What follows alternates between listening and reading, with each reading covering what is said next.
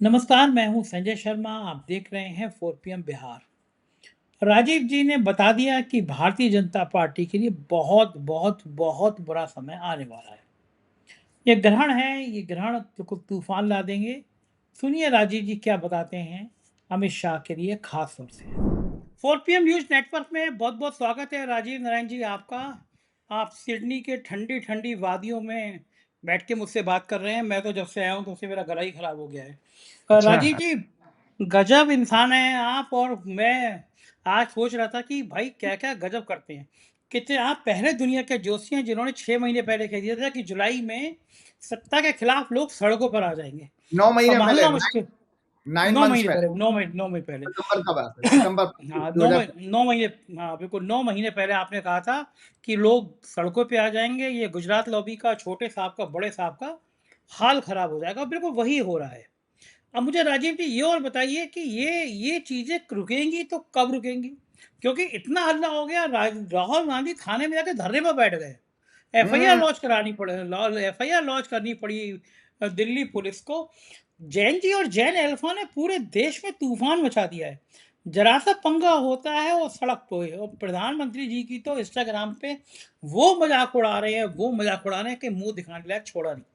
ये बताइए कि अब क्या भविष्य दिख क्या रहा है? ये आंदोलन बढ़ेगा, कम होगा? क्या सीन है? देखो संजय जी, सबसे बड़ी बात है आपको बताऊँ, ये आपने बिल्कुल ठीक कहा। और म मुझे कई सारे लोगों ने कहा कि बहुत सारे पत्रकार जो आपने भी कई बार बताया, जो लोग थोड़ा-सा पता नहीं क्यों वो मेरे से नाराज़गी रखते थे, वो कुछ कहते रहते थे जो जी, लेकिन उन लोगों ने भी मेरे बारे में कहा है, तारीफ़ की है कि भई ये वाली घटना तो और पूरे भारतवर्ष में नहीं, पूरी दुनिया में किसी ज्योतिषी ने नहीं देखी थी। तो चलिए, अच्छी बात है, किसी की गणना सफल हुई, हमें तो उसमें खुशी है कि ज्योतिष की बात सच हुई है।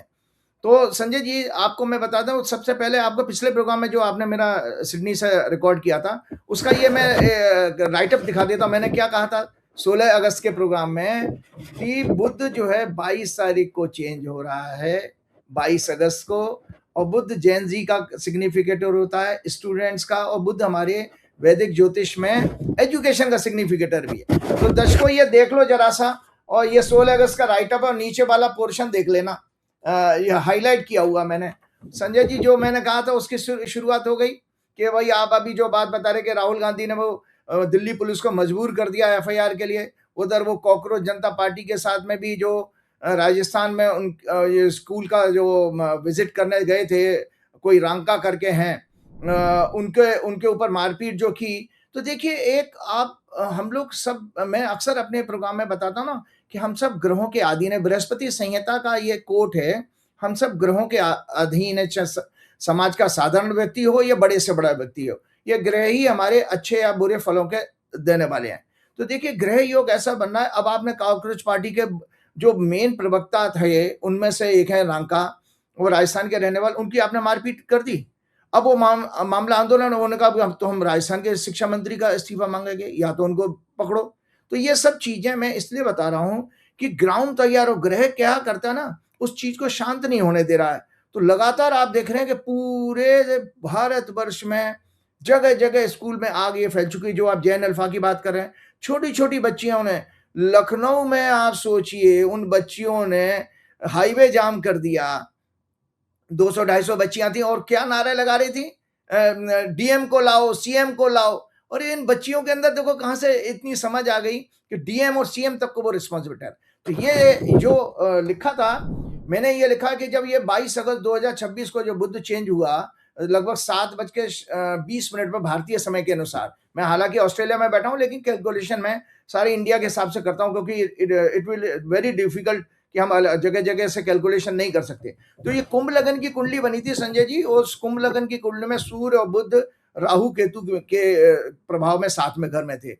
और मंगल इस कुंडली में शुक्र को, जो कि नीच का है, शनि से पीड़ित, और शुक्र का प्रभाव दर्शकों हमेशा इसलिए देखा जाएगा कि जो आजाद भारत की हॉरोस्कोप है वो वृषभ लग्न की है, और वृषभ लग्न का, टॉरस लग्न का स्वामी शुक्र होता है, और वृषभ लग्न में 6 लॉर्ड भी शुक्र होता है। तो जब भी कोई प्रोटेस्ट अगर होगा हमारे यहाँ, तो छठवें घर की कंडीशन जरूर हम लोगों को एनालाइज करनी चाहिए। तो शुक्र इस समय नीच का चल रहा है, और शुक्र इस समय जो है शनि मंगल दोनों से पीड़ित है। तो आंदोलन तो ठंडा होने वाला नहीं है। आप देखिए मैंने आपके प्रोग्राम में बताया था कि शायद 2 सितंबर को 2 अगस्त को करीब चेंज हुआ था। मैं दिखाता हूँ कि शुक्र ने जब राशि बदली थी। ये पुराना राइटअप है, देखिए ये पुराना राइटअप है, दर्शकों देख लो कि ट्रांजिट ऑफ लग्नेस of India's horoscope Venus in Virgo sign 1 अगस्त 2026 को ये चेंज हुआ है सुबह 9:28 पर। 1 अगस्त को संजय जी कैलकुलेशन आप देखिए, 1 अगस्त को शुक्र जो है भारत की कुंडली का लग्नेश और 6 लॉर्ड नीच का होता है वर्गो साइन में, और आंदोलन कहां से कहां पहुंच गया। उसने जो है दोबारा जैन जी का आंदोलन, मतलब दोबारा जनरेशन का जैन जी का आंदोलन हुआ झारखंड में, वहां पर भी उन्होंने अपनी बातें मनवा ली। और अब ये देखिए बराबर ये जैन अल्फा आती जा रही है। 9:28 पे चेंज हुआ था, और ये 26 जुलाई का प्रोग्राम है जिसमें मैंने ये बात कही थी। तो संजय जी इसी शुक्र की कहानी हम इस प्रोग्राम में जब हम कर रहे हैं, हमारा 23 को प्रोग्राम लगेगा, 2 सितंबर को ये शुक्र फिर चेंज होने जा रहा है। शुक्र की जो साइकिल है 27 दिन में चेंज हो जाती है। तो आगे क्या करेगा, अब वो आंदोलन के घर में जा रहा है। संजय जी अभी से लिख के रख लीजिए, आंदोलन बड़ा रूप में बहुत मजबूत ताकत के साथ बच्चों का आंदोलन फिर खड़ा हो रहा है, बिल्कुल खड़ा हो रहा है, एकदम तैयार है। तो ये मैंने जो आपको पिछले प्रोग्राम में 16 अगस्त को जो पहला प्रोग्राम आपके साथ किया था, ग्रह मैंने लिखा है, ग्रह योग के कारण जैन अल्फा प्रोटेस्ट में स्टार्ट अगेन विच में again spread to whole country. ये छात्र इस बार देश की ब्यूरोक्रेसी जिसके अंदर अकाउंटेबिलिटी जीरो है, जिसका एटीट्यूड अंग्रेजों के समय से भी ज्यादा एरोगेंट है, साथ में देश में करप्शन के लिए मेनली यही जिम्मेदार है ये ब्यूरोक्रेट्स, आईएएस आईपीएस लॉबी, और इसी तरह जुडिशरी भी। इसके साथ कॉर्पोरेट के एलिट्स के द्वारा कंट्रोल मेन स्ट्रीम मीडिया, ये सब हमारे जैन जी के क्रोध का शिकार होंगे, क्योंकि इन जैन जी को समझ में आ चुका है। और आपको पता है कि जो नरेंद्र मोदी जी की बात कर रहे थे, मैंने भी कई सारे नरेंद्र मोदी जी को तो बहुत सारी अच्छी खासी रिसर्च मैंने की है। भारत के सबसे ज्यादा हेट किए जाने वाले प्रधानमंत्री साबित हो चुके हैं नरेंद्र मोदी।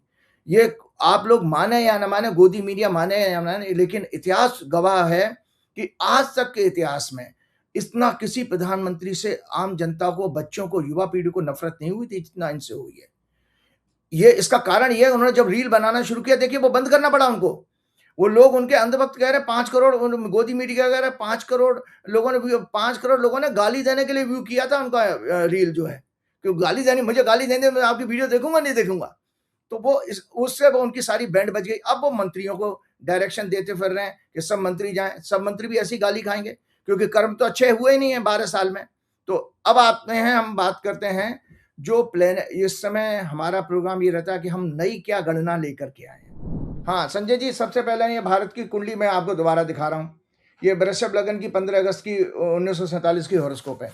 तो 2 ग्रहण पड़ रहे हैं संजय जी अभी, सॉरी 1 ग्रहण पड़ चुका है 12 अगस्त को। 12 अगस्त को पड़ा था, हालांकि भारतवर्ष में नहीं दिखा।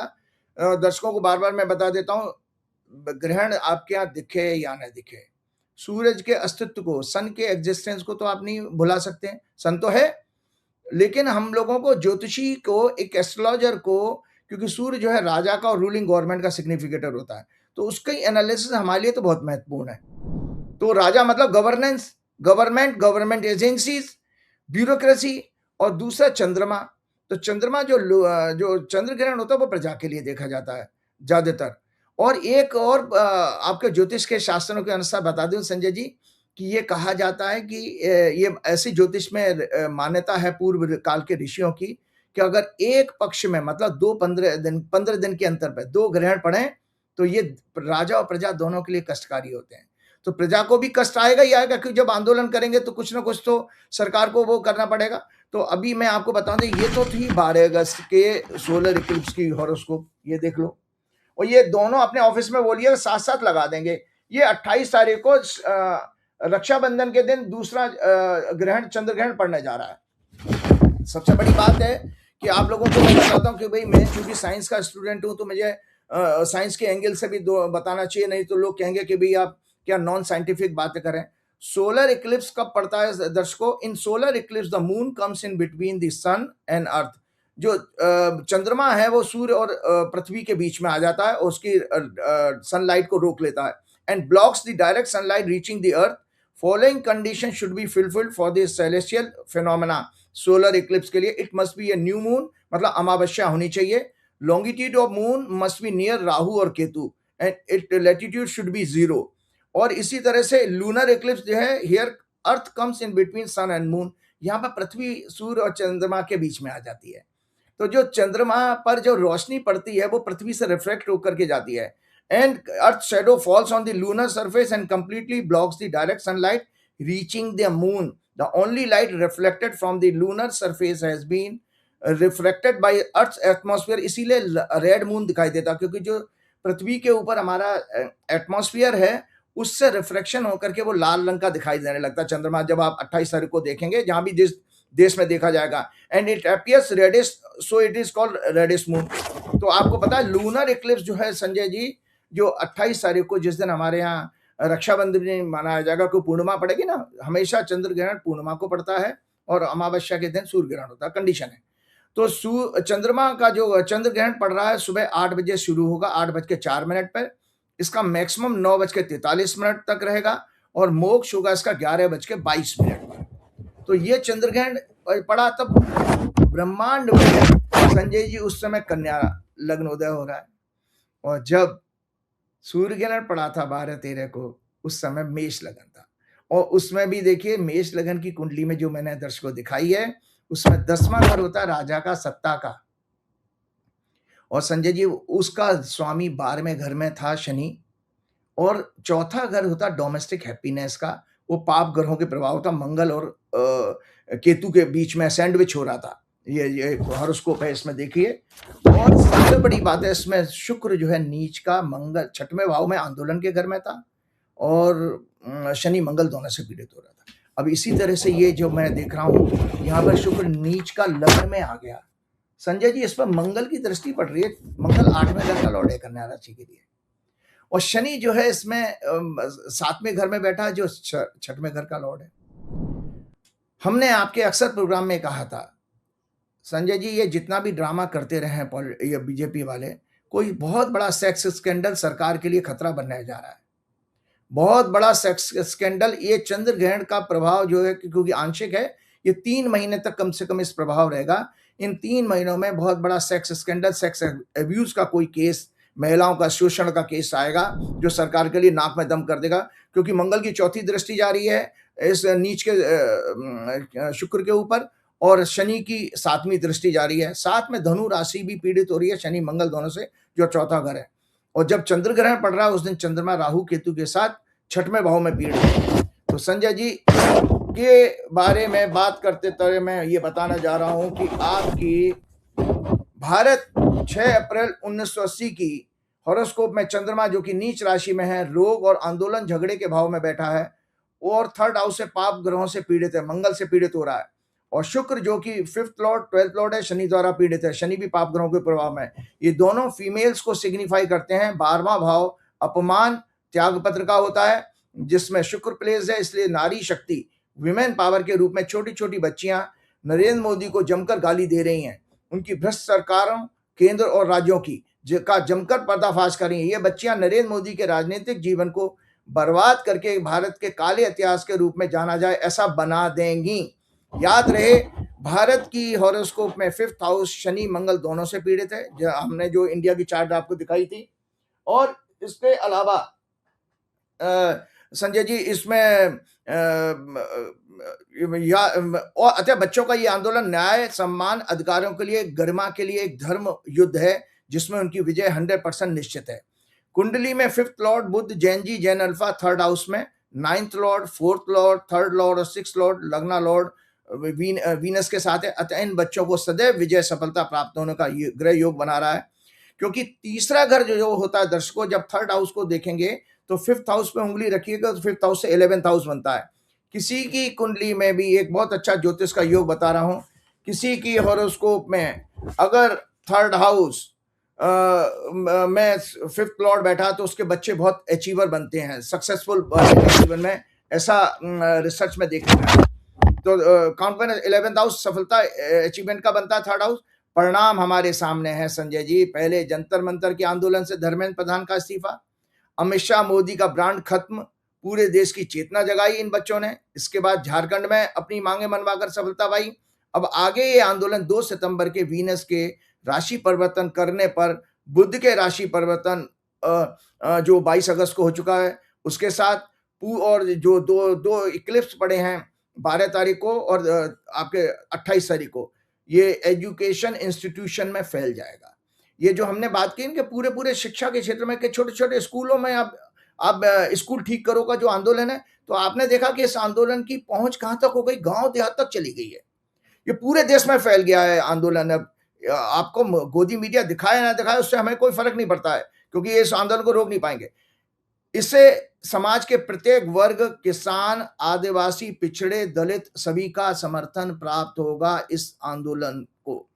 तो जब ये शुक्र जो चेंज हो रहा है, जो मेरी अपनी बात मैं कहने जा रहा था कि ये देखिए शुक्र जब चेंज हो रहा है, उस समय वृश्चिक लगन की कुंडली बन रही है, जो चंद्रमा की दशा चल रही है भारत इनकी बीजेपी की जो दशाएं हैं, दर्शकों में बता देता हूं, क्योंकि हमें दशाओं के रूप में ये देखा जाता है ग्रह कब असर करता है संजय जी, जब उसकी दशा आएगी। दशा नहीं आएगी तब तक कुंडली में कहीं भी ग्रह बैठा हो उसका कोई परिणाम नहीं आएगा। तो भारतवर्ष की जो दशा चल रही है मंगल में राहु और बुध की, और बीजेपी की जो दशा चल रही है चंद्रमा में शुक्र की, और मार्च की उनकी 16 अगस्त से शुरू हो चुकी है।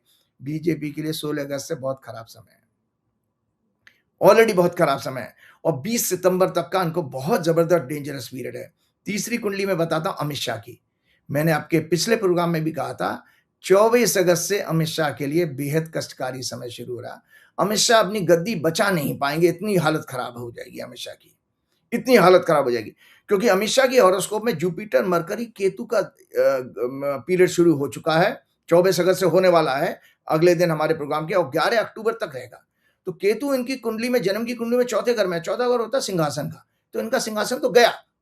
क्यों? क्योंकि ये केतु इस समय 12वें भाव में गोचर कर रहा है इनके सिंह राशि में, और वहां पे सिंह राशि में सूर्य भी बैठा और लगने से उनका बुध भी वहीं बैठा हुआ इस दौरान।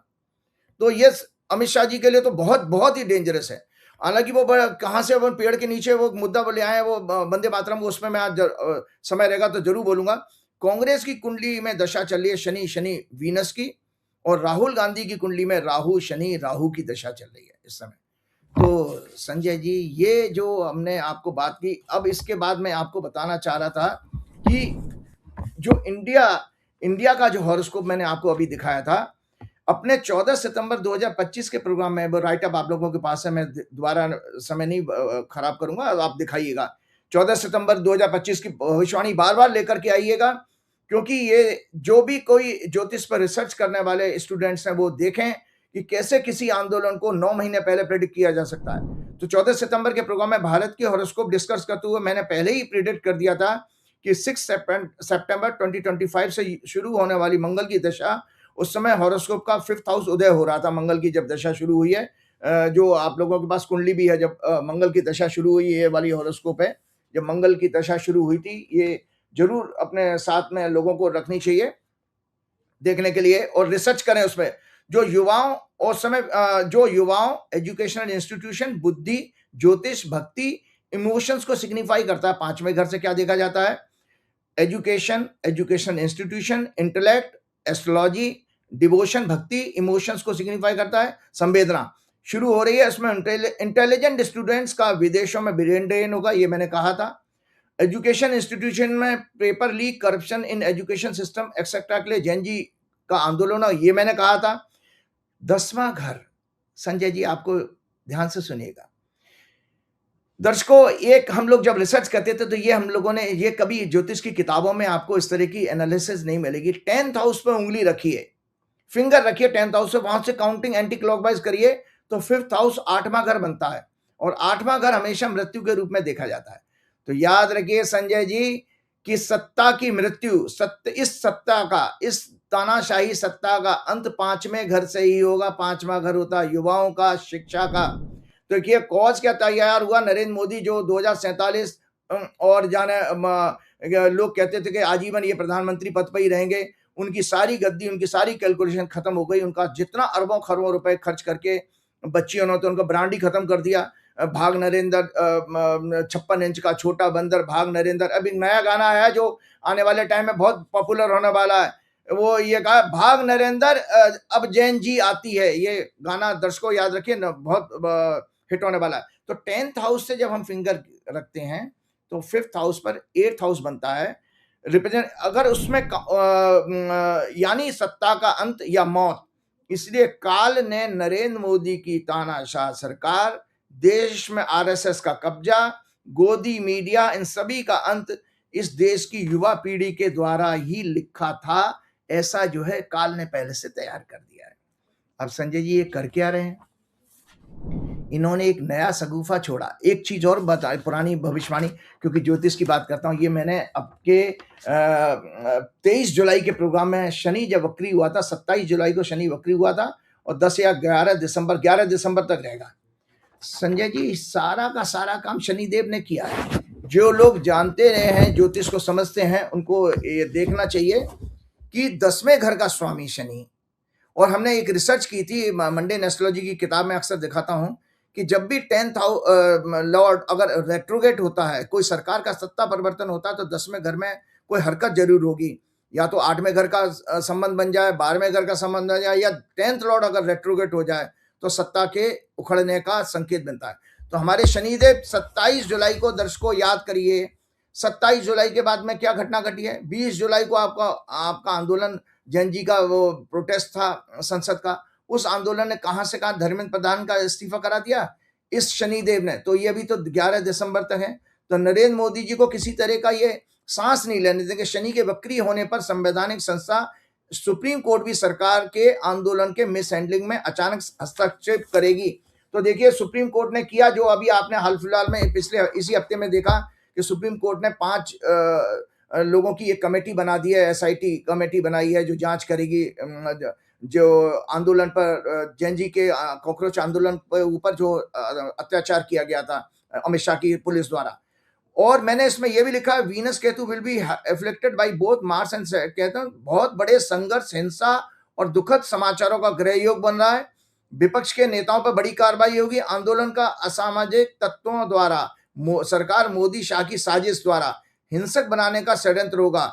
मून थर्ड लॉर्ड भी afflicted by both Saturn and Mars. So इसका मतलब है जो है आपके मीडिया के ऊपर भी अटैक होने वाला है। ये हॉरोस्कोप टॉरस लगन की हॉरोस्कोप बनी थी जब शनि वक्री हुए, उस समय भारत की कुंडली का ही जो है लगन जो है एराइज हुआ था।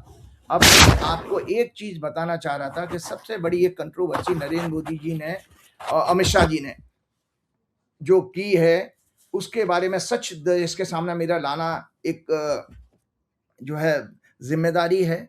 संजय जी 4th हाउस से देखा जाता है हमारा माता से प्रेम।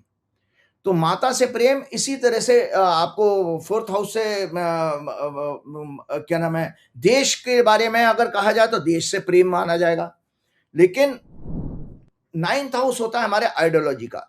तो बीजेपी और आरएसएस की जो हॉरोस्कोप आप लोगों के पास है, अपने ऑफिस में बोलिएगा, दिखाएंगे, उसमें उनका 9th हाउस पीड़ित है और 4th लॉर्ड उनका 12th हाउस में बैठा है, और इनका 4th लॉर्ड जो है बीजेपी की कुंडली में जो है वो 9th हाउस में पीड़ित हो रहा है।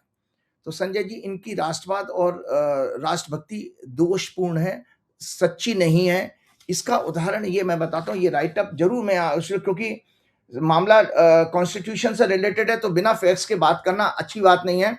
तो मैं आपको बताता, आरएसएस द्वारा लास्ट 100 ईयर से इसी तरह मूर्ख और अंधभक्तों की जनसंख्या देश में बढ़ाई जा रही है, जो यूएसए इजराइल के साथ मिलकर एक विदेशी साजिश है, जो भारत की धर्म संस्कृति ज्ञान के मूल स्वरूप को नष्ट करके एक पाखंड और इग्नोरेंस की संस्कृति के रूप में विश्व के सामने पेश करके पूरे भारत के वजूद को खत्म करने का प्रयास है इनका। भारतवर्ष का नाम भारत पौराणिक राजा भरत, जो दुष्यंत और शकुंतला के पुत्र थे, उनके नाम पर पड़ा। इससे पहले शास्त्रों में इस भूमि का नाम जम्बूद्वीप, आर्यावर्त आदि था। पुराणों में भारतवर्ष को दक्षिण में समुद्र, उत्तर में हिमालय, हिम का निवास के बीच की भूमि को बताया गया। जैन परंपरा के अनुसार पहले तीर्थंकर ऋषभ देव आदिनाथ के ज्येष्ठ पुत्र चक्रवर्ती भरत के नाम पर इस भूमि का नाम भारत पड़ा। पिता नाभिराज के समय देश का नाम अजनाब वर्ष या नाभि वर्ष था। ऋग्वेद में भरत या त्रिस्तु नामक जनजाति कबीले का उल्लेख है ऋग्वेद में, जो सरस्वती नदी के किनारे बसे थे। 10 राग युद्ध, 10 राजाओं का युद्ध हुआ था। उनमें उनकी विजय के बाद उनके प्रभाव से इस क्षेत्र को भारत कहा जाने लगा। संविधान के अनुच्छेद 1 में स्पष्ट रूप से लिखा है, India that is Bharat shall be a union of states. मैं दोबारा पढ़ रहा हूं क्योंकि अमित शाह जी ने वंदे मातरम के राष्ट्रगीत के ऊपर कांग्रेस को घेरने की कोशिश की, उसका भी सच आपके सामने लिख करके आऊंगा। संविधान के अनुच्छेद 1 में स्पष्ट रूप से लिखा है, India that is Bharat shall be a union of state. Sanjay ji, ये भारत माता शब्द कहां से लाए हैं?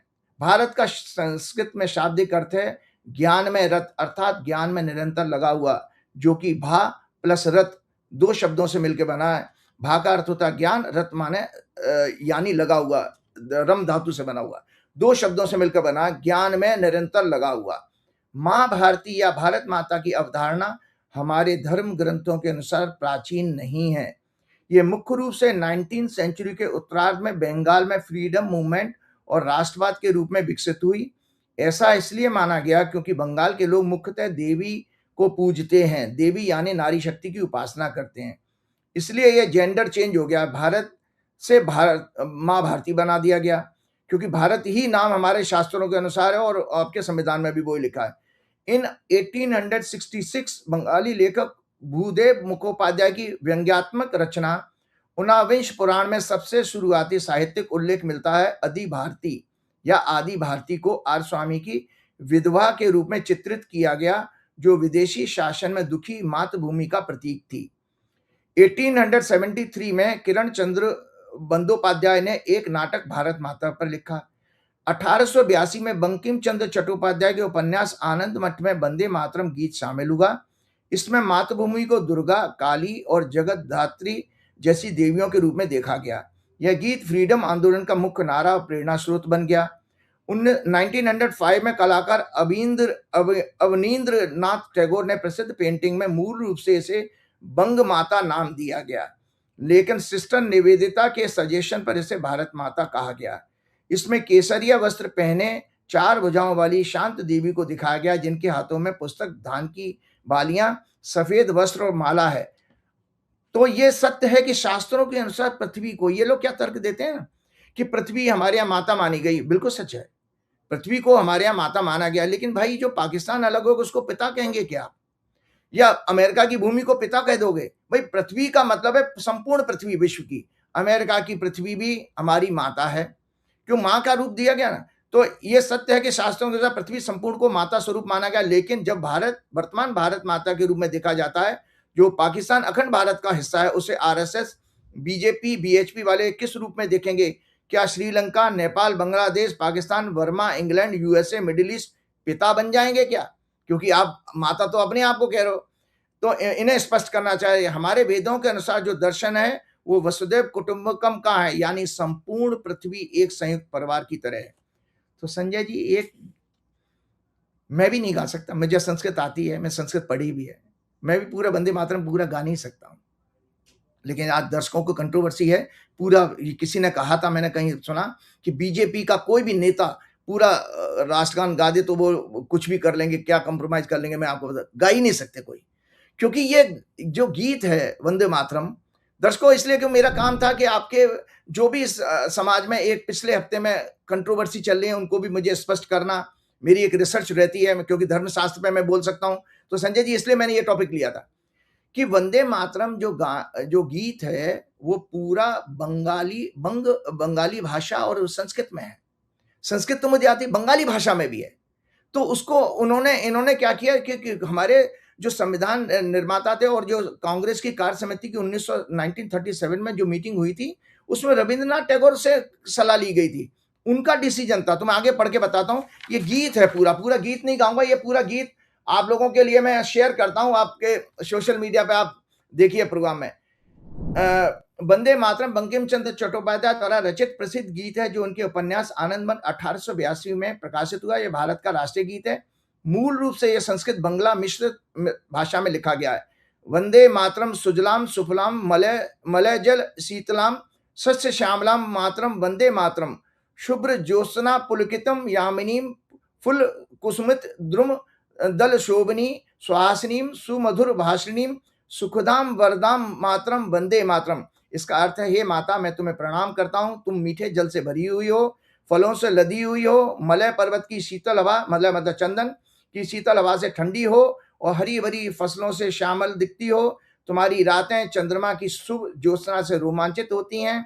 तुम फलों से लदे हुए वृक्षों से सुशोभित हो, मुस्कुराती हो, मधुर बोलती हो, सुख देने वाली हो, वरदान देने वाली हो। वंदे मातरम।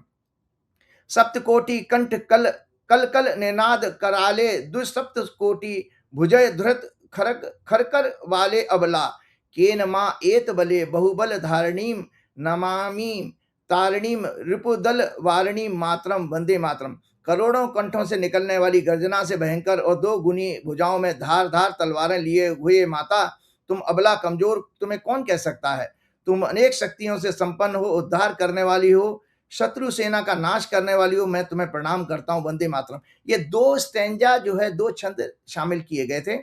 लेकिन संजय जी आगे बढ़ता हूं तो लोगों को कंट्रोवर्सी क्लियर हो जाएगी ये। अब यहाँ पे बंगाली आती है, तुम्ही विद्या तुम्ही धर्म तुम्ही हृदय तुम्ही मम तुम्ही ही प्राणा शरीरे बाहुते तुम्ही माँ शक्ति हृदय तुम्ही माँ भक्ति तो मारई प्रतिमा गड़े मंदिरे मंदिरे। वंदे मातरम। तुम्ही विद्या हो, तुम्ही धर्म हो, तुम्ही हृदय हो, तुम्ही मर्म आत्मा का रहस्य हो, तुम्ही शरीर में प्राण हो, भुजाओं में तुम्ही शक्ति हो, हृदय में तुम्ही भक्ति हो, मंदिर मंदिर में तुम्हारी ही प्रतिमा स्थापित की जाती है। वंदे मातरम। तुम ही दुर्गा, यहाँ पर कंट्रोवर्सी आती है, तुम ही दुर्गा दश प्रहरण धारणी कमला कमल दल बिहारणी वाणी विद्या दायिनी नमामि त्वमाम त्वाम नमामि कमलाम अमलाम अतुलाम सुजलाम सुफलाम मातरम। वंदे मातरम। तुम ही दुर्गा हो, तुम आयुध धारण करने वाली हो, तुम ही कमला लक्ष्मी हो, कमल दल पर बिहार करने वाली हो, तुम ही वाणी सरस्वती हो, विद्या देने वाली हो। मैं तुम्हें नमन करता हूं, मैं उस शुद्ध अतुलनीय कमला को नमन करता हूं जो जल और फल से भरी माता है। वंदे मातरम। श्यामलाम सरलाम सुस्मिताम भूषिताम धरणी वरणी मातरम। वंदे मातरम। तुम श्यामल हरिभरी सरल मुस्कान वाली सुशोभित हो, तुम धरती हो, पालन करने वाली हो। वंदे मातरम। ये गीत पूरा मैंने आज आपको सामने शेयर किया। तो 1937 में ऑफिशियली पहले दो पदी राष्ट्रीय गीत के रूप में अपनाए गए। अभी मानसून सत्र में 2026 में वंदे मातरम की 150वीं वर्षगांठ पर prevention of insults to national honour act 1971 में संशोधन करके वंदे मातरम को राष्ट्रगान के बराबर सुरक्षा दी गई। इसके गायन में बाधा डालने पर 3 साल की सजा का प्रावधान बीजेपी गवर्नमेंट ने किया है। तो संजय जी 26 अक्टूबर 1937 को 1 नवंबर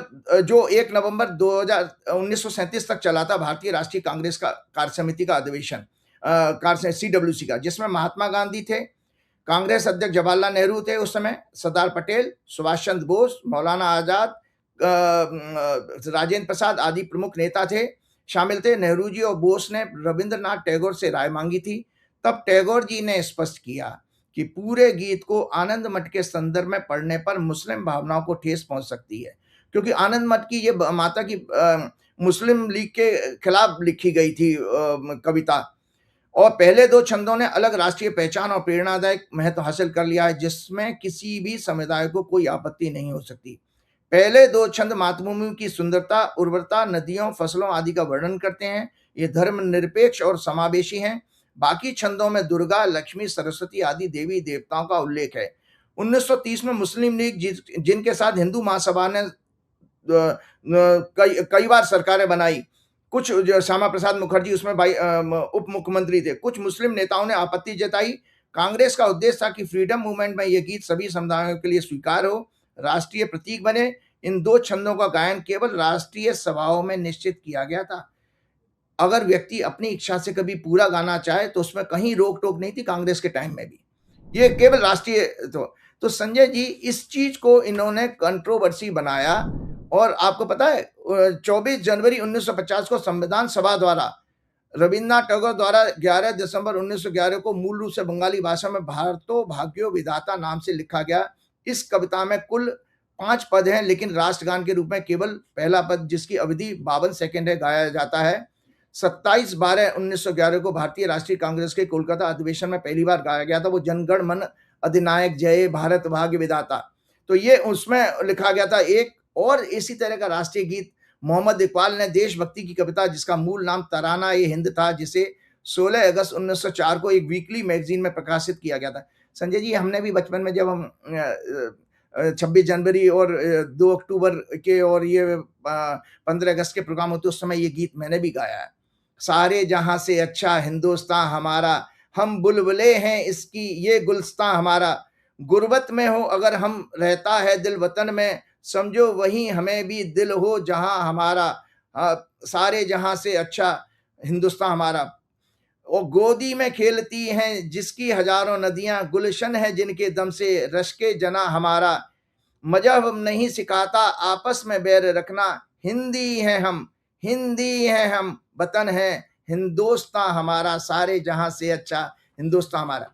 तो ये संजय जी, ये उसमें संविधान सभा में जो 1950 में हुई थी, उसमें बाबू राजेंद्र प्रसाद जी ने इसमें मोहर लगाई थी, क्योंकि पहले राष्ट्रपति थे वो। संवैधानिक पद के सर्वोच्च पद तो राष्ट्रपति का होता है, तो फिर इसमें ये बार-बार जो है राजेंद्र प्रसाद जी का नाम तो लेते नहीं है। तो इस तरह से मैं आज आगे बढ़ता हूँ और आपको एक चीज बताने वाला हूँ, एक शब्द के साथ आज प्रोग्राम छोटा रखना चाहूंगा। मोदी जी ने दिमागी नक्सल एक वर्ड यूज किया था, मुझे बताना जरूरी है दिमागी नक्सल कौन है और अंधभक्त और अरे राजीव जी, मेरी इतनी सुंदर पिक्चर जंगल के रोमांच से बनी लव स्टोरी, उसको सेंसर बोर्ड रोक दे रहा है कि साहब नक्सलवाद। मैंने कहा भैया, नक्सलवाद से दूर दूर का मतलब नहीं, सहाया पिक्चर विशुद्ध लव स्टोरी है। किस तरह से रिंकू राजगुरु और शांति माहेश्वरी की बहुत प्यारी पिक्चर है। लेकिन ये दिमागी नक्सल कह लो, नक्सल कह लो, ये सेंसर बोर्ड वाले डर के मारे मेरी पिक्चर ही रिलीज नहीं कर रहे हैं। अरे नहीं हो जाए, चलो मैं देख कर बताऊंगा आपको। तो ये मैं आपको बताना चाह रहा था कि देखिए, पहली बात तो ये बच्चे इनके आपको बताऊं दर्शकों, ये बच्चे इनसे कभी हैंडल नहीं हो पाएंगे, क्योंकि देखिए आज नरेंद्र मोदी जी की जो मंत्रिमंडल है संजय जी, उसकी एवरेज आयु 60 साल करीब है, और ये बच्चों की एवरेज आयु 25 साल आ रही है, तो 35 साल का गैप है। तो वो उनके यहाँ तो आपको पता है आरएसएस वगैरह में क्या है और बीजेपी में क्या है, कि अगर टॉप लीडर ने कह दिया स्पष्ट है, तो वो सब कहें स्पष्ट है। उनके अंदर प्रश्न पूछने की क्षमता ही नहीं है, क्योंकि वो लोग तो अंधभक्त है ना, तो वो लोग तो फॉलो करते हैं। तो उनके पास, और ये जनरेशन, टेक्नोलॉजी की जनरेशन, बहुत चीजें बताता हूँ कि आज मोदी जी की इसको है कि इन्होंने इस टेक्नोलॉजी के बच्चों को दिमागी नक्सल कहा, ये कितने खतरनाक हैं और ये क्या करके मानेंगे। आप सोचिए कि आज अच्छे अच्छे देश के लोगों को नहीं पता है दिमागी नक्सल, ये राइटअप है, टेक्निकल है, इसलिए मैं पूरा उसको वैसे बता। दिमागी नक्सल वर्सेस मूर्ख, इडियट और अंधभक्त, देश के लिए कौन बेहतर है। नक्सल शब्द कहां से आया संजय जी? नक्सल शब्द का आज उसको मैं बैकग्राउंड बताऊं। नक्सल, नक्सलाइट शब्द स्थान, प्लेस से आया है। यह वेस्ट बंगाल के दार्जिलिंग जिले के नक्सलबाड़ी गांव के नाम से निकला है। मई 1967 में नक्सलबाड़ी में आदिवासियों, किसानों और भूमिहीन मजदूरों का जमींदारों के शोषण के खिलाफ विद्रोह, रिवोल्ट हुआ। इस विद्रोह का नेतृत्व चारू मजूमदार, कान सान्याल, जगल संथाल जैसे कट्टर कम्युनिस्ट लीडर्स ने किया। वे मासो तुंगसे की आइडियोलॉजी से प्रभावित थे, सशस्त्र किसान क्रांति की वकालत करते थे। इस तरह नक्सलबाड़ी के लोगों के कारण ये नक्सलाइट वर्ड बन गया। जैन जी को डिजिटल नेटिव कहा जाता है। इन्होंने इंटरनेट और स्मार्टफोन को अपने सामने फॉर्मेटिव ईयर में फर्स्ट हैंड या डेवलप होते हुए देखा है। जैन अल्फा 2010-2025 के बीच में जो पैदा हुए हैं आर डब्ड उपेज और AI screen natives. They are the first generation in history और for whom smartphones, iPad and artificial intelligence have existed since birth. दरअसल नक्सल का अर्थ ही है सिस्टम द्वारा लगातार शोषण के खिलाफ revolt. These generation of technology era are generally very peaceful, creative, very intelligent, have strong logic and reasoning. ये बहुत इम्पैथेटिक, इशू बेस्ड एक्टिविज्म जैसे पर्यावरण की रक्षा, जानवरों की सुरक्षा, सीनियर सिटीजन से प्रेम में स्ट्रांगली बिलीव करते हैं ये जैन जी और जैन अल्फा। ये मुख्य रूप से तब रिवोल्ट करते हैं जब फॉर ए लॉन्ग पीरियड इनकी freedom, fundamental and human rights का वायलेशन हो, सिस्टम द्वारा उन्हें अपने फ्यूचर खतरे में दिखाई देने लगे। जब उन्हें लॉन्ग पीरियड से उनके एंगर, फ्रस्ट्रेशन का कोई इमीडिएट ट्रिगर उनको मिल जाता है, जैसे अभी पेपर लीक मिला, corruption in education system, poor infrastructure in schools, college, universities, unemployment या स्पार्क मिल जाए, तो ये अपनी जान की परवाह किए बिना फियरलेस बहुत बड़े स्केल पर प्रोटेस्ट करने सड़कों पर उतर आते हैं और फिर सिस्टम को बदले बिना मानते नहीं हैं, पीछे नहीं हटते हैं। टेक्नोलॉजी इंफॉर्मेशन एरा के ये बच्चे फ्रैक्शन ऑफ सेकेंड्स में अपनी उम्र के दूसरे देशों के बच्चों से कंपेयर कर लेते हो, क्योंकि आज स्मार्टफोन से पूरी दुनिया को आप देख सकते हो, कंपेयर कर सकते हो। उनके स्कूल्स में, एजुकेशन सिस्टम में उनकी सरकारों द्वारा क्या-क्या फैसिलिटीज़ प्रोवाइड की जा रही हैं, उनके फंडामेंटल राइट्स उनके देशों में उनकी सरकारें कैसे रिस्पेक्ट करती हैं, ये आराम से एनालाइज़ कर लेते हैं। भारत में धर्म, संस्कृति, विकास, स्ट्रॉन्ग इकोनॉमी, विश्व गुरु आदि का पाखंड का प्रचार करने वाली बीजेपी, आरएसएस की सभी बातों का आसानी से ये फैक्ट्स चेक कर लेते हैं और समझते हैं कि वो कितने डिप्राइव्ड हैं दूसरे अपनी उम्र के बच्चों को मिलने वाली फैसिलिटी से दुनिया भर में। जेन जी जेन अल्फा की psychology digital era, information overload and social economical uncertainty से डीपली इन्फ्लुएंस होती है। ये जनरेशन अंधभक्ति या बिना लॉजिक रीजनिंग के किसी भी बात, सब्जेक्ट और अथॉरिटी को एक्सेप्ट नहीं करती, बल्कि ट्रांसपेरेंसी, ईमानदारी हो जिसमें नैतिकता हो, इक्वलिटी हो, समानता हो, फ्रीडम को प्राथमिकता देती है। इसलिए इनके इनके वजह से आरएसएस का जो जात-पात और हिंदू मुसलमान का दांव अब इनके ऊपर तो चल नहीं सकता है। इनके विद्रोह करने का ये प्रमुख कारण संजय जी ये देखे गए हैं रिसर्च में, जब इनकी पहचान, गरिमा मतलब आइडेंटिटी, चॉइस, इमेज पर हमला हो जाए। अभिव्यक्ति की आज़ादी, freedom of speech, freedom of expression जैसे censorship, social media ban, internet stoppage, निजता पर प्रतिबंध इन्हें तुरंत विद्रोही बना देता है। प्रिवेसी पर अगर इनके कोई प्रतिबंध लगा दे तो तुरंत विद्रोही बन जाते हैं ये बच्चे।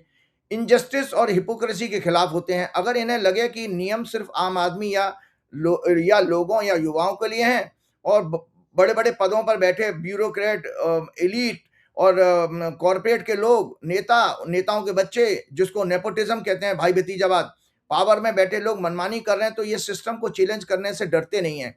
जैसे अभी कुछ दिनों पहले जेन अल्फा बच्चियों ने लखनऊ में एक हाईवे जाम कर दिया, आवाज उठाने लगी डीएम को बुलाओ, सीएम को बुलाओ। False cases, police brutality and attacks उसके खिलाफ भी तुरंत आ जाते हैं। कैरियर एंड इकोनॉमिक एंजाइटी, जब एजुकेशन का खर्च अत्यधिक बढ़ जाए, उनके माँ बाप पढ़ाने के लिए लोन लेने लगे, कोचिंग माफियाओं द्वारा पेपर लीक कराए जाएं, अनएम्प्लॉयमेंट बढ़ने लगे, जलवायु सहित देश की अर्थव्यवस्था कमजोर दिखने लगे, तो इनकी एंजाइटी काफी बढ़ जाती है और इनका असंतोष उग्र रूप ले लेता है। संजय जी, सबसे बड़ी बात इनके अंदर ये आपको हम सबको सीखना चाहिए। अगर आप इनसे ये कहें हमने कहा है इसलिए मान लो, या हमारे बुजुर्गों ने ऐसा बताया, हमारे शास्त्रों में ऐसा कहा गया है, हमारे ऋषि मुनि विद्वान ऐसा कहते थे, आदि ब्लाइंड ओबीडियंस ये बिल्कुल नहीं मानते। जब organisation, political leaders, elderly people बिना वजह इलॉजिकल तर्कहीन नियम पर इन पर थोपते हैं तो ये उसका बायकॉट कर देते हैं, अवॉइड कर देंगे, उस कल्चर को मानते ही नहीं है।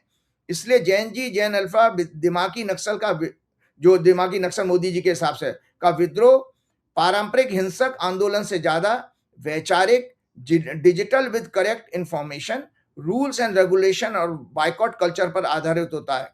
याद करें 2014 से पहले भारत की पॉलिटिकल हिस्ट्री में नरेंद्र मोदी ही एकमात्र नेता हैं जिन्होंने हजारों करोड़ रुपए खर्च करके इसी सोशल मीडिया कैंपेन से यूपीए की सरकार को हटाकर सत्ता हासिल की थी। अब देश की युवा नारी शक्ति, छोटी छोटी बच्चियों ने नरेंद्र की 12 वर्षों से बनी छवि को 56 इंच का छोटा बंदर, भाग नरेंद्र, बाल नरेंद्र कह के पूरा ध्वस्त कर दिया, जीरो कर दिया। इसको कहते हैं, इनको पापों की सजा, इनको जो पापों की सजा मिली है इसी वजह से मिली है। अब इनके जो अंधभक्त होते हैं, जो अंधभक्त में क्या नाम है, जो बीजेपी और इन लोगों के अंदर जो क्या बनाए जाते हैं अंधभक्त, ए ब्लाइंड फॉलोअर डिवोटी में possess intelligent understanding, yet he holds such intense and unconditional loyalty towards a person, ideology, party, guru or symbol or leader that he refused to accept logic, facts, reasoning or criticism. His devotion is blind because he follows with closed eyes. सामाजिक रूप से और राजनीतिक रूप से अंधभक्त देश, समाज और मानवता के लिए सबसे ज्यादा खतरा है, क्योंकि ये समूह बना लेते हैं, forms group, they brands critics as their enemies. ये फैक्ट्स को तोड़ मरोड़ करके, डिस्टॉर्ट करके, ट्विस्ट करके पेश करते हैं। फेक नैरेटिव और बायो प्रोपेगेंडा का प्रचार में, पाखंड में बिलीव करते हैं, ज्यादातर प्रेशर बनाते हैं और हिंसा करते हैं। इडियट जो होता है वो अकेला नुकसान पहुंचाता है, अंधभक्त सामूहिक रूप से समाज की सोच और क्वालिटी को, डिबेट को खराब कर सकता है। तो संजय जी, एक बात मैं ये कह रहा था, अगर देशवासी चिंतन करें कि ये जो अंधभक्त हैं 5% कैटेगरी वाले, जो मैंने अक्सर कहा है कि जानवरों में ये पाया गया है कि जो एनालिटिकल ब्रेन है, जो अच्छे बुरे का भेदभाव बताता है, वो डॉग, डोंकी और पिग में हो 5% होता है। ये इस तरह के ये लोग हैं। अगर ये राम भक्त होते, मैं दोबारा आज ये शेयर कर रहा हूँ, पहले भी मैंने आपको कहा था, ये चिंतन जरूर करें। अगर ये राम भक्त होते तो प्रभु श्री राम के मंदिर निर्माण में दान और चंदा चोरी पर बोलते। अगर ये राष्ट्र प्रेमी होते तो पुलवामा में शहीदों पर ऑपरेशन सिंदूर की विफलता, सैनिकों के शहीद होने पर, गलवान घाटी में सैनिकों के चीनी सेना द्वारा शहीद किए जाने पर, चीन के अरुणाचल प्रदेश, लद्दाख में देश की भूमि के कब्जों पर बोलते। ये दत्तात्रेय होसबोले राम माधव मोहन भागवत द्वारा पाकिस्तान से संबंध सुधारने की दलीलों के विरुद्ध बोलते। अगर शिक्षा प्रेमी होते तो शिक्षा में भ्रष्टाचार, paper leak, unemployment, educational institution के इंफ्रास्ट्रक्चर पर बोलते। छात्रों की आत्महत्याओं पर बोलते। अगर ये गौ माता प्रेमी होते तो गौ माता को मोदी सरकार ने 12 वर्षों तक राष्ट्रीय पशु घोषित नहीं किया, उस पर मोदी सरकार में गौमांस खाने वाले मंत्रियों पर, गौमांस का व्यापार मनमोहन सिंह जी की सरकार से ज्यादा बढ़ने पर बोलते। अगर किसान प्रेमी, खेती प्रेमी होते तो खेती और किसानों की समस्याएं, खाद आदि का संकट, उन पर बढ़ रहे कर्जों के कारण किसानों की आत्महत्याओं पर बोलते। अगर महिला सम्मान, नारी शक्ति प्रेमी होते तो मणिपुर में महिला के सरेआम सड़क पर नग्न घुमाए जाने पर बोलते। अंकिता भंडारी, कुलदीप सेंगर कांड, हाथरस कांड, जंतर मंतर महिला पहलवानों को सड़क पर घसीटने, पूरे देश में भाजपा नेताओं द्वारा रेप, सेक्स एब्यूज पर बोलते। अगर प्रकृति प्रेमी, पर्यावरण प्रेमी होते तो जंगल काटे जाने पर, अरावली पर्वतमाला नष्ट किए जाने पर, आदिवासियों का शोषण करने पर बोलते। अगर डेमोक्रेसी, फंडामेंटल राइट्स, देश के सभी हालातों पर गंभीरता से सोचने वाले होते तो देश प्रेमी होते, राष्ट्र प्रेमी होते तो संविधान, संवैधानिक संस्थाओं, जुडिशरी को कमजोर होने पर, गिरते हुए रुपए पर, देश पर यूपीए के समय से 4 गुना बढ़े हुए कर्जे पर, विदेशी कर्जे पर, ट्रंप द्वारा लगातार अपमान किए जाने पर, भारत एक नरक का गड्ढा, टैरिफ लगाए जाने पर, रशिया से तेल न खरीदने पर, ट्रंप के द्वारा ट्रेड डील थोपे जाने पर, और चाइना, अमेरिका, मिडिल ईस्ट समेत से बड़े हुए व्यापार घाटे पर बोलते। ये वो लोग इसलिए इन बातों पर नहीं बोलते क्योंकि इनकी एक अनपढ़, मंदबुद्धि, फेंकू, फर्जी हिंदुत्व वाले नेताओं ने इनके दिमाग की नसबंदी करके इनका एनालिटिकल ब्रेन निकाल दिया है। जैसे आरएसएस अपने स्वयंसेवकों का दिमाग नष्ट कर देती है, भावनात्मक मुद्दे उठाकर ये मानवता से नफरत करने वाले, धर्म संस्कृति का शून्य ज्ञान समझ रखने वाले, पौराणिक काल के वेश बदलने का वरदान प्राप्त काल कालनेमी राक्षस के वंशज हैं। यही देश को लूटने वाले मुगलों, अंग्रेजों की पीढ़ियों के लोग हैं, जिनमें नैतिकता, अकाउंटेबिलिटी, प्रेम, सहयोग, सेवा आदि सब मरी हुई अवस्था, मृत अवस्था में होती है। चलते समय एक धार्मिक चीज के साथ मैं अपना प्रोग्राम खत्म करता हूं। रक्षाबंधन 27 अगस्त को या 28 अगस्त को क्या मनाया जाए, एक भ्रांति हमेशा रहती है। भारतीय धर्म शास्त्रों के अनुसार उत्सव या त्योहार उदय तिथि अर्थात जो तिथि सूर्योदय के समय मिल रही है उस पर मनाया जाना चाहिए। 27 अगस्त 2026 को पूर्णिमा 1:40 दोपहर से शुरू होगी और 28 अगस्त 2026 को दोपहर 2:19 तक रहेगी। अतः 27 को पूर्णिमा का व्रत होगा। रक्षाबंधन का त्योहार 28 अगस्त को ही मनाया जाना चाहिए। ध्यान रहे इस दिन आंशिक चंद्र ग्रहण भी है, बेशक हमारे देश में नहीं लग रहा, लेकिन उस समय रक्षाबंधन राखी बांधने को आप अवॉइड कर सकते हैं, अच्छा ही रहेगा। इस दिन का राहु काल भी 10:46 से 12:22 तक है। तो जो लोग राहु काल को मानते हो तो 12:22 तक का समय हटा दीजिएगा। तो अतः रक्षाबंधन मनाने का सबसे शुभ मुहूर्त 12:22 से 2:19 तक रहेगा। 2 घंटे के करीब करीब मिल रहा है, क्योंकि इस समय वृश्चिक लगन, स्थिर लग्न उदय हो रहा है ब्रह्मांड में। साथ ही रिचुअल्स, भक्ति, बुद्धि, शिक्षा, मंत्रोच्चार, कर्म कांड के 5वां भाव से देखा जाता है कुंडली के उसमें, और 9th हाउस में उच्च के बृहस्पति हैं जिनकी 9वीं दृष्टि 5वें घर पर मतलब पूजा पाठ रिचुअल्स पर पड़ रही है, 3rd हाउस पर पड़ रही है, और इस समय अभिजीत मुहूर्त भी है मिलता है। धार्मिक महत्व इसका केवल इतना ही माना गया है। रक्षाबंधन का शाब्दिक अर्थ है रक्षा का बंधन। ये श्रावण मास की पूर्णिमा को तिथि को मनाया जाता है।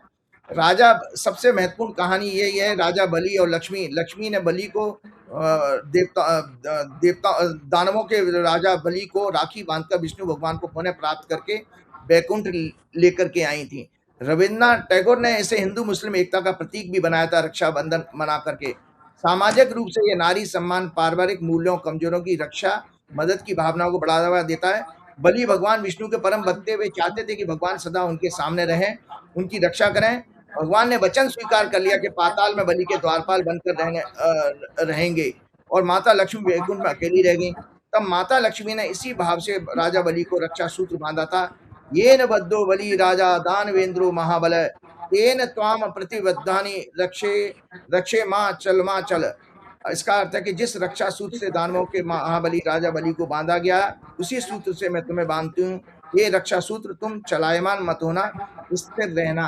मतलब वो संबंध हमारा भाई बहन का या रक्षा का कमजोर का सदा स्ट्रांग रहे।